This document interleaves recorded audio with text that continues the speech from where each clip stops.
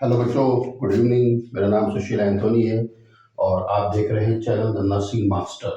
The nursing master में ये channel मैंने आपको पहले भी बताया है कि ये चैनल ऐसे हमारे नर्सिंग स्टूडेंट्स के बच्चों के लिए है कि जो बच्चे ट्रेनिंग तो लेते हैं, कॉलेजेस में पढ़ते हैं, स्कूल्स में पढ़ते हैं, मगर प्रॉब्लम ये उनके साथ होती है कि वो डिटेल उस क्लासेस में पढ़ाया जाता है वो समझ नहीं पाते। उनकी हिम्मत नहीं होती है कि वो टीचर से सवाल पूछ सके। कुछ बच्चे शर्माते हैं, कुछ बच्चे डरते हैं। मेरी एक बात हमेशा याद रखिएगा, शर्माना और डरना छोड़िए। आप जिस नर्सिंग प्रोफेशन में हैं, this is a very big and very vast क्या है ये, दिस इज़ अ प्रोफेशन। तो कहने का मतलब ये हुआ कि आप जो है एक बहुत अच्छे प्रोफेशन में हैं और ये प्रोफेशन आपको एक अच्छी सैलरीज, एक अच्छा जॉब आपको दिलवाता है। लेकिन जैसे आप जानते हैं कि पहले के समय में तो ये होता था कि आप बहुत बहुत ईजिली गवर्नमेंट जॉब्स या फिर अच्छे संस्थानों में आप जॉब्स पा जाते थे, एक अच्छी रिलायबल सैलरी पाते थे जिससे आपका जीवन यापन बढ़िया होता था।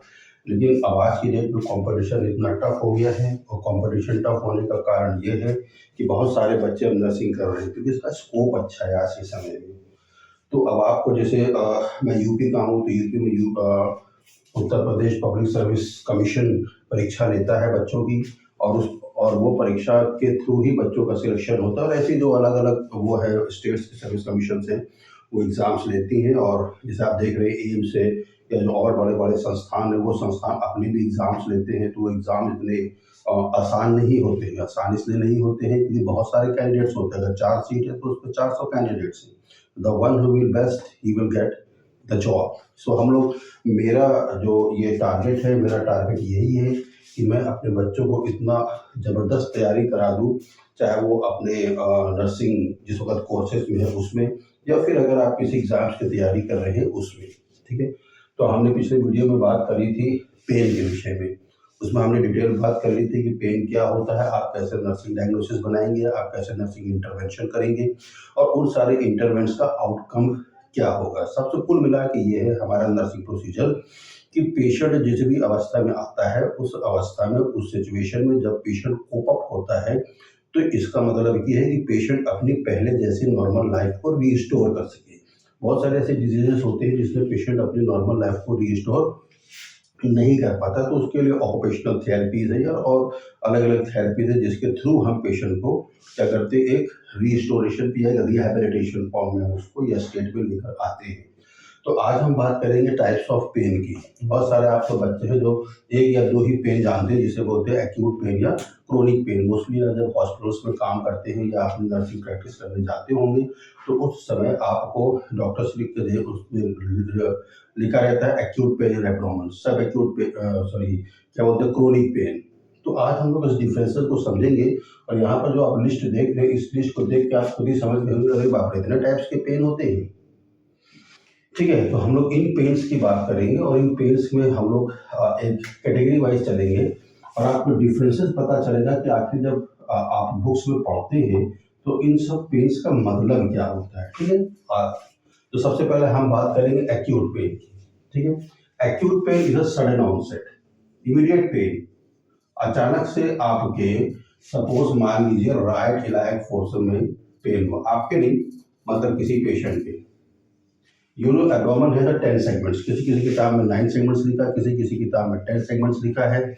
लेकिन अब आपके लिए कन्फ्यूजन हो कि हम 10 सेगमेंट किसे बोले। ठीक है, तो आप उसको 9 ही सेगमेंट बोलिए, हमें कोई एतराज नहीं है, हमें कोई दिक्कत नहीं है। ठीक, तो राइट इलाइक फोसा आप जानते हैं कि राइट इलाइक फोसा किधर होती है, जहाँ पर ये स्पेस होता है। This is the 1 2 3 4 5 6 7 8 9। तो 9 मैंने एब्डोमेन में पार्ट किए हैं तो इसको हम बोलते हैं इलाइक फोसा। ठीक है, सो दिस इज, अगर मैं ऐसे खड़ा हूँ this is right iliac fossa and sorry left iliac fossa, this is right iliac fossa. अचानक से आपको पेन हुआ, आपको पता है कि राइट इलाइक फोसा में मोस्टली हमारे पास जो ऑर्गन होता है दैट इज अपेंडिक्स। तो डॉक्टर क्या बना देते हैं, एक्यूट अपेंडिसाइटिस। तो what is this acute appendicitis? Acute appendicitis या कोई भी एक्यूट पेन की जब हम बात कर रहे हैं तो एक्यूट पेन का मतलब होता है कि सडन ऑनसेट, इमीडिएट पेन शुरू हुआ, सीवियर पेन, सीवियर पेन आपको उठा मतलब आपको नहीं, पेशेंट को सीवियर पेन उठा, ठीक, जैसे कहीं कट हो गया, अचानक से आप पेंसिल छीन ली तो आपका ब्लेड से हाथ कट गया, पेन हो गया। हाँ, दरवाजा बंद कर रहा है, आपके दोस्त ने मजाक मजाक में दरवाजा बंद कर दिया, आपकी उंगली दब गई, पीछे गई आपकी उंगली, ब्रूइज हो गया, छिल गया, कहीं रोड पे गिर गया, छिल गया, फ्रैक्चर हो गया, इमीडिएट पेन हो गया, ठीक है। सर्जरी हुई, पोस्ट ऑपरेटिव सर्जरी के बाद जैसे एनेस्थीसिया से बाहर आए, पेन। सो ऐसे पेन जो इमीडिएटली होते हैं, those pains are called acute pain. Is this clear? ठीक। अब नीचे आप देख रहे हो sudden, sorry, sub acute pain, ठीक है। नर्सिंग प्रोसीजर तो कोर्स है, इतना वास्ट है कि अगर ऐसी मैं 2-3 हज़ार वीडियोस बनाऊं तब कहीं जाके कुछ चीजें कंप्लीट होती है। तो that is acute pain. No, sub acute pain क्या चीज होती है, ठीक है। सब एक्यूट पेन बेटा क्या है? This is immediate pen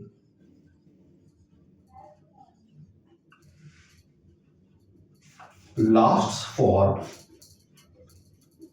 6 weeks, but not more than 3 months, ठीक है। 3 महीने में तो 12 हफ्ते हो गए ना, 12 हफ्ते यानी 11 हफ्ते तक भी चल सकता है ये पेन। तो इमीडिएट पेन उठा, आप गए और जो बाहर बनिया वाला है उसने आपको ब्रूफेन दे दी कि जो आप ब्रूफेन खा लो। ब्रूफेन खाने के बाद आपका पेन थोड़ा सा कम हुआ ना, मान लीजिए स्केल पे 10 था, वो 7 पा गया, आपको अच्छा ही लगा गया, यार ये दवा तो काम कर रही है। फिर आपने तो दूसरी ब्रूफेन खा ली, 5 पे आ गया, आपने तीसरी ब्रूफेन खा ली, आपको 3 पे आ गया। सो यहाँ से डिक्रीज होता चला गया, ठीक। लेकिन जब उस दवा का असर खत्म होगा, because that is not the right line of treatment, जैसे ही उस दवा का असर खत्म होगा वैसे पेन फिर शुरू हो जाएगा, फिर आप दवा खाकर सबसाइड करेंगे, फिर पेन शुरू होगा। तो ऐसा पेन जो कि इमीडिएट स्टार्ट तो होता है और वो 6 हफ्ते तक लगातार थोड़ा थोड़ा थोड़ा थोड़ा धीरे धीरे धीरे धीरे करके बना रहता है, ठीक है। लेकिन 3 महीने से ज्यादा नहीं। अगर 3 महीने से ज्यादा हो गया then that pain will come under the category of chronic pain. अगर 3 महीने से ज्यादा हो गया पेन तो that pain will come under the category of chronic pain, ठीक है। जैसे घर में आप बूढ़े बुजुर्ग को देखते हो, आर्थराइटिस है, चले जा रहे, दर्द है, दर्द है, दर्द है, कई महीनों से दर्द हो रहा, पीठ में दर्द है, मसल में दर्द है, ऐसे सारे पेन्स होते हैं ना, जो कि 3 महीने से ज़्यादा के अगर पेन होते हैं तो उन सारे पेन्स को अपन कौन सी कैटेगरी में ले लेते हैं? क्रोनिक पेन को। मोर than 3 months, but till 6 weeks and less than 3 months is called सब एक्यूट पेन। तो आपने देखा होगा, जैसे मैंने अभी एग्जांपल दिया आपको एक्यूट अपेंडिसाइटिस का, वैसे ही आप कई सारे डायग्नोसिस देखते होंगे जिसमें लिखा रहता है सब एक्यूट अपेंडिसाइटिस, ठीक है। इसमें क्या लिखा रहता है? Sub acute appendicitis. तो धीरे धीरे धीरे धीरे पेन होता रहता है, ठीक है, और चुभता रहता है, चुभन वाला पेन है। डॉक्टर साहब 3 महीने से पेन हो रहा है, डॉक्टर साहब 4 महीने से पेन हो रहा है, 4 महीने तक क्रोनिक हो गया। तो you got the difference between acute, sub acute and chronic pain. More than 3 months chronic pain. Is this clear? ठीक है। अब ये एक नया पेन आप देख रहे हैं, न्यूरोपैथिक पेन, ठीक है। न्यूरोपैथिक पेन, इसके नाम से आपको समझ में आ रहा है।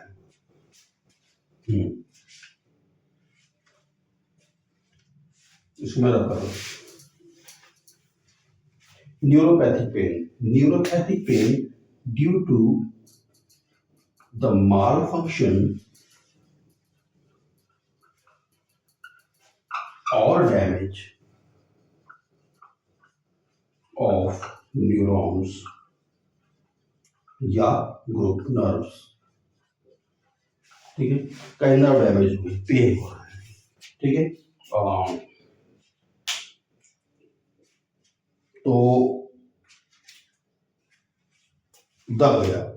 एक्चुअली सभी पेन जो होते हैं that is pain is originated from the nerve, लेकिन न्यूरोपैथिक पेन की बात हम यहाँ पर इसलिए कर रहे हैं क्योंकि कोई न्यूरॉन या नर्व अगर डैमेज हो गया है तो उस डैमेज की वजह से जो एक कंटिन्यूअस पेन बना रहता है, ठीक है, उस पेन को हम क्या बोलते हैं? Neuropathic pain. जब हम नेक्स्ट सेशन आप करेंगे तो हम आपको ये बताएंगे कि अब पेन की पैथोफिजियोलॉजी क्या होती है, पेन कैसे किसी एक पेरिफेरल सिस्टम में, पेरिफेरल सिस्टम आप जानते हैं किसे बोलते हैं? This is your brain, this is your spinal cord. तो brain and spinal cord comes under central nervous system. इसके बाद जितना भी नर्वस सिस्टम है that comes under peripheral nervous system. तो कोई भी सेंस होता है वो हमारी पेरिफेरी से जाता है, दिस इज पेरिफेरी।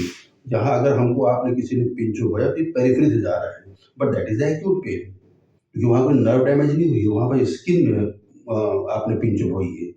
तो स्किन से पिंच हुई है, वो न्यूरॉन्स लेके मैसेज जाते हैं पेरिफेरल नर्वस सिस्टम से ब्रेन में, तो हम फट से हाथ उठाते हैं, this is a reflex, isn't it? मगर न्यूरोपैथिक पेन वो पेन होता है बेटा जिसमें न्यूरॉन या नर्व ही डैमेज हो जाते हैं या फिर उनका माल फंक्शन शुरू हो जाता है।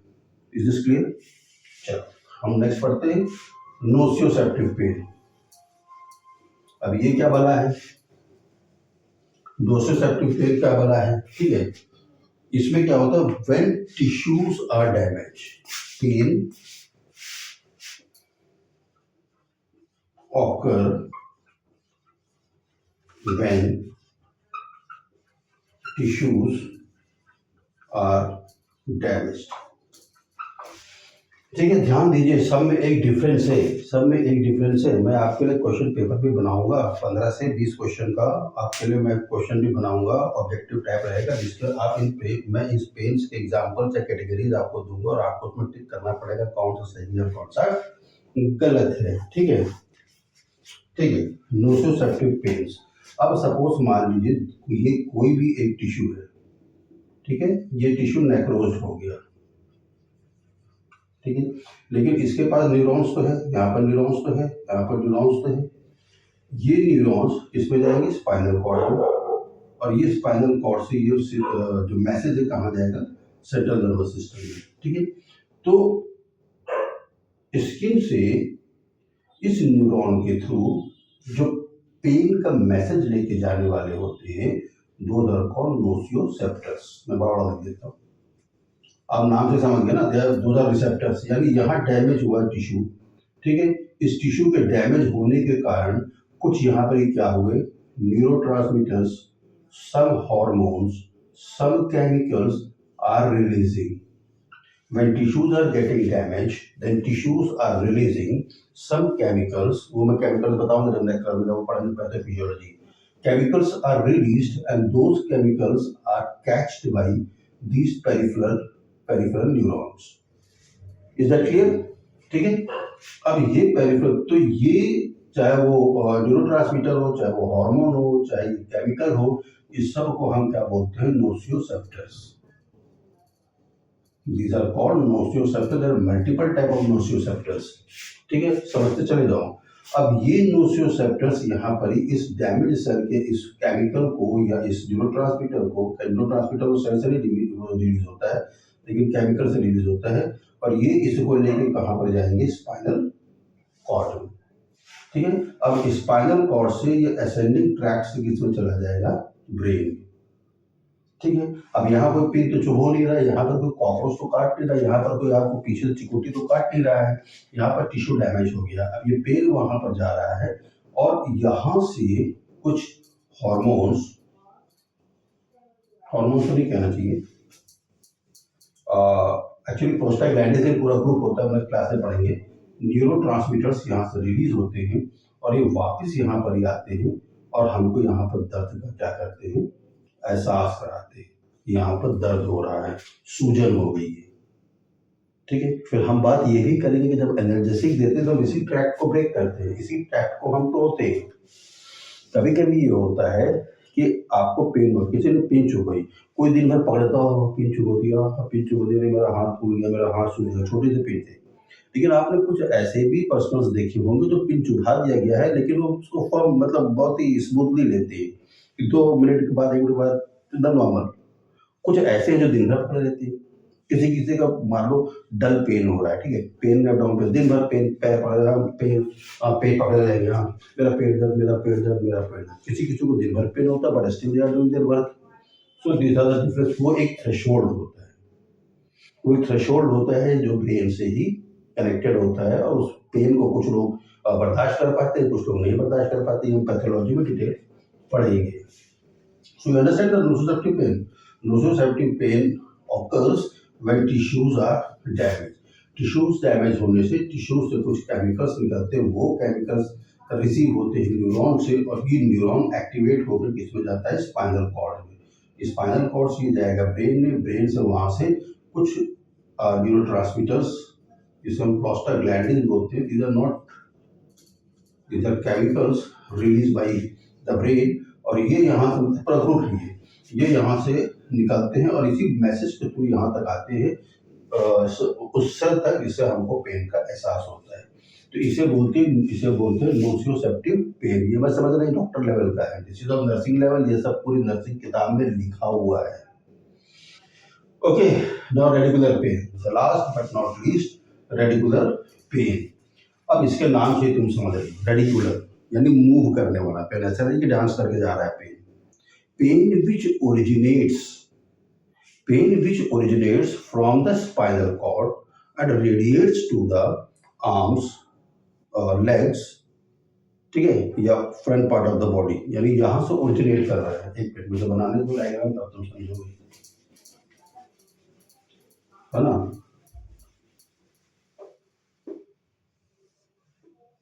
So you know the spinal cord से पहले क्या, वर्टिब्रल कॉलम, तो 7 थोरेसिक और क्या बोलते हैं, sorry 7 cervical, thoracic 12, lumbar 5, then sacrum 1, coccyx 1, head of actually 5, मगर that is in the intrauterine stage. Intrauterine stage के बाद जैसे ही बाहर निकलते हैं वैसे ही क्या होती है, फ्यूज्ड होती है। कॉक्सिक्स इज ऑल्सो 4, बट जैसे ही हम माँ के पेट से बाहर निकल आते हैं, हमारा वो हो जाता है, डिलीवरी हो जाता है, that is also fused, it is called 1। ठीक है, कितने 12 7 19 5 24 25 26, so you have 26 vertebral columns. ठीक, अब आपको मालूम है हर वर्टिब्रल कॉलम के बीच में एक शॉक एब्जॉर्बर लगा होता है, that is made of fibrous cartilage. ये शॉक एब्जॉर्बर फाइब्रस कार्टिलेज जो कि पाया जाता है जिसमें 2 वर्टिब्रल कॉलम के बीच में, जिससे कि हम कूदते हैं, भागते हैं, ठीक है, तो ये शॉक को एब्जॉर्ब करता है। दीज आर कॉल्ड इंट्रावर्टिब्रल डिस्क, इसे क्या बोलते हैं, इंट्रावर्टिब्रल डिस्क। अब ठीक है, और इसी के बीच में से इसमें जो न्यूरल कैनाल होती है उसी में से ये स्पाइनल कॉर्ड जाती है। अब कोई एक डिस्क प्रोलैप्स हो गई, कोई एक डिस्क घसक गई, जब कोई डिस्क घसक जाती है तो जिस लेवल से घसकेगी, अगर वो between C1 to C7, T1 to T12, L1 to L5, sacrum और कॉक्सिक्स तो फ्यूज है, इसलिए उसके बीच में होती ही नहीं है। ठीक है, तो अब यहाँ से मान लो एक L2 से घसक गई, जब L2 से घसक गई, लंबार रीजन से घसक गई है, तो वहां से क्या होता है, पेन स्टार्ट हो जाता है। पेन पूरा आपको कहाँ जाएगा, पूरे पैर तक चला जाता है। तो रेडिकुलर मतलब कि जो पेन का ओरिजिन है वो कहीं और है, पेन का ओरिजिन है जो वो कहीं और है, लेकिन जो पेन हो रहा है वो कहीं और हो रहा है। ठीक है, so originating from the spinal column और originating from the spinal cord, ठीक है, इनटू द लेग्स, इसमें जाएगा, ये लेग्स में जा सकता है, हैंड्स में जा सकता है और आर्म्स में जा सकता है। लेग्स, आर्म्स और hands, so this is called the radiating pain और this is a radicular pain. ठीक है, और इस पे डिटेल हमारे नर्सिंग के हिसाब से उतना ज़्यादा इम्पोर्टेंट नहीं है, लेकिन जो मैंने आपको बताया, जैसे आप बोलते सियाटिका, एग्जाम्पल किसका है, सियाटिका।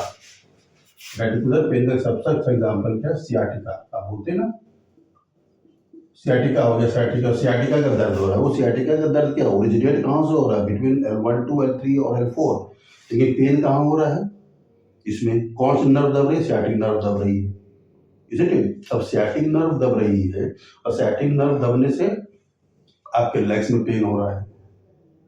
ठीक है, तो इसका ट्रीटमेंट अलग। So here we have talked about 6 types of categories. हालांकि आपने किसी किताब में सब एक्यूट नहीं दिया हुआ है, लेकिन यहाँ मैं आपको बता रहा हूँ। सो एक्यूट पेन जो कि सडन ऑनसेट है, sub acute pain sudden onset, up to 6 weeks, but not more than 3 months. If the pain is above the 3 months, then that is called chronic pain. ठीक है? जैसे कैंसर पेन, बहुत मैंने last video में बात करी थी, कैंसर पेन ये क्या, क्रोनिक पेन। ठीक है, किसी का एक समय में फ्रैक्चर हुआ था, जब ठंड जाड़ा आता है तो वहां पर पेन उसको बना रहता है, that is a chronic pain. ठीक है, मोर देन 3 मंथ्स। न्यूरोपैथिक मैंने आपको बताया कि जब न्यूरॉन्स या नर्वस सिस्टम माल फंक्शन हो गया या डैमेज हो गया, उसकी वजह से जो पेन होता है, that is the neuropathic pain. Nociceptive pain क्या होता है? नोसिसेप्टिव मैंने बताया जब टिश्यू डैमेज हो गया और वो टिश्यू डैमेज से न्यूरॉन्स क्या लेके जाते हैं, इस डैमेज टिश्यू से केमिकल लेके जाते हैं through peripheral nervous system to central nervous system, और वहां से वो एक क्या बोलते हैं, केमिकल का ग्रुप्स होता है, वो केमिकल का ग्रुप्स यहाँ तक पहुंचता है डैमेज या टारगेट टिश्यूज तक, तो हमें पेन का एहसास होता है, that is nociceptive pain. Reticular pain originating from somewhere else, मतलब पेन हो रहा है कहीं और मोस्टली हमको देखने को मिलता है स्पाइन में। स्पाइन में कहीं हो रहा, मे बी जो इंट्रावर्टिब्रल डिस्क है वो प्रोलैप्स हो गई है, ठीक है, या स्पाइन इंजुरी हो गई है, कोई वैसा केस हो सकता है जिससे नर्व दब रही, पेरिफेरल नर्व दब रही है, तो जिस जगह की भी नर्व दब रही है उस जगह पे पेन आपका शुरू हो जाता है। Is this clear? तो इस वीडियो में आज इतना ही, और अगर आपको नहीं समझ में आया है तो आप कमेंट्स में डालेंगे। आपको लग रहा है कि आपको कुछ ऐसे टॉपिक्स, मैं पूरे देश के नर्सिंग स्टूडेंट से बात करना चाह रहा हूँ कि आपको लगता है कि मुझे ये पॉइंट समझ में नहीं आया, या आपने कोई नया केस देख लिया है अपने हॉस्पिटल में और आपको लग रहा है कि आप गूगल कर रहे हैं लेकिन उसकी लैंग्वेज समझ नहीं पा रहे, आप बुक पढ़ रहे हैं उसकी लैंग्वेज समझ नहीं पा रहे, but you really want to understand, then मेरे हिसाब से है कि आप इसको आप मुझे कमेंट में डालिए, और मैं 100% आपको एश्योर करता हूँ, इमीडिएट तो नहीं लेकिन एक दिन बाद, 2 दिन बाद, हो सकता है 1 हफ्ते बाद, मैं आपके लिए उस पर वीडियो बना के सिंपल सा छोटा सा, ताकि आप उसको समझ सके, उसके कंसेप्ट को समझ सके। Okay, thank you.